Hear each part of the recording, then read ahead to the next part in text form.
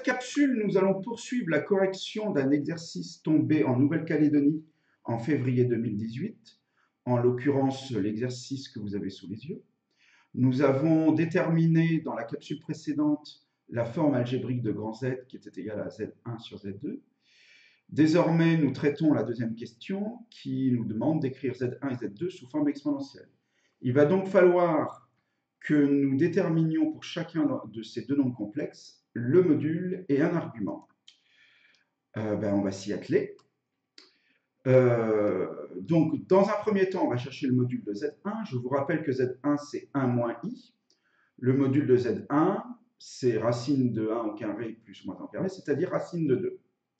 Pour déterminer un argument, je factorise le module de Z1 dans Z1, c'est-à-dire ça fait racine de 2.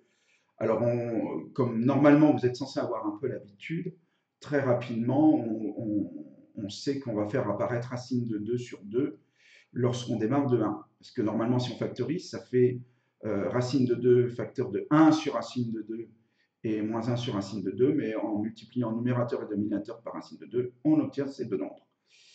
Ces deux nombres sont respectivement les cosinus et sinus d'un argument que je recherche.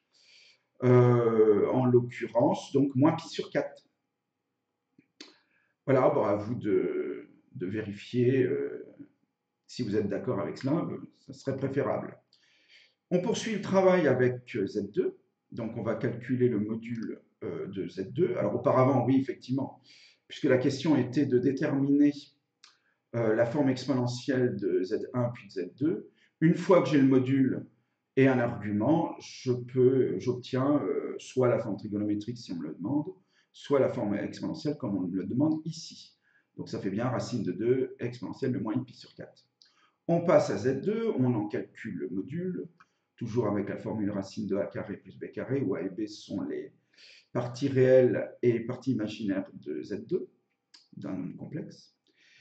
J'obtiens racine de 256, c'est-à-dire 16. Là, on fait pareil. Là, ça va donner des nombres un petit peu moins délicats à manipuler. On factorise Z2 par 16, donc. Et ça me donne immédiatement moins 1,5, moins... Alors, j'ai oublié un i ici. Faites très attention, il y a un i ici. Et que dire? Et donc, je vais pouvoir trouver donc un argument de Z2. Je cherche un angle dont le cosinus est égal à moins 1,5 et le sinus moins racine de 3 sur 2, c'est-à-dire moins 2 pi sur 3.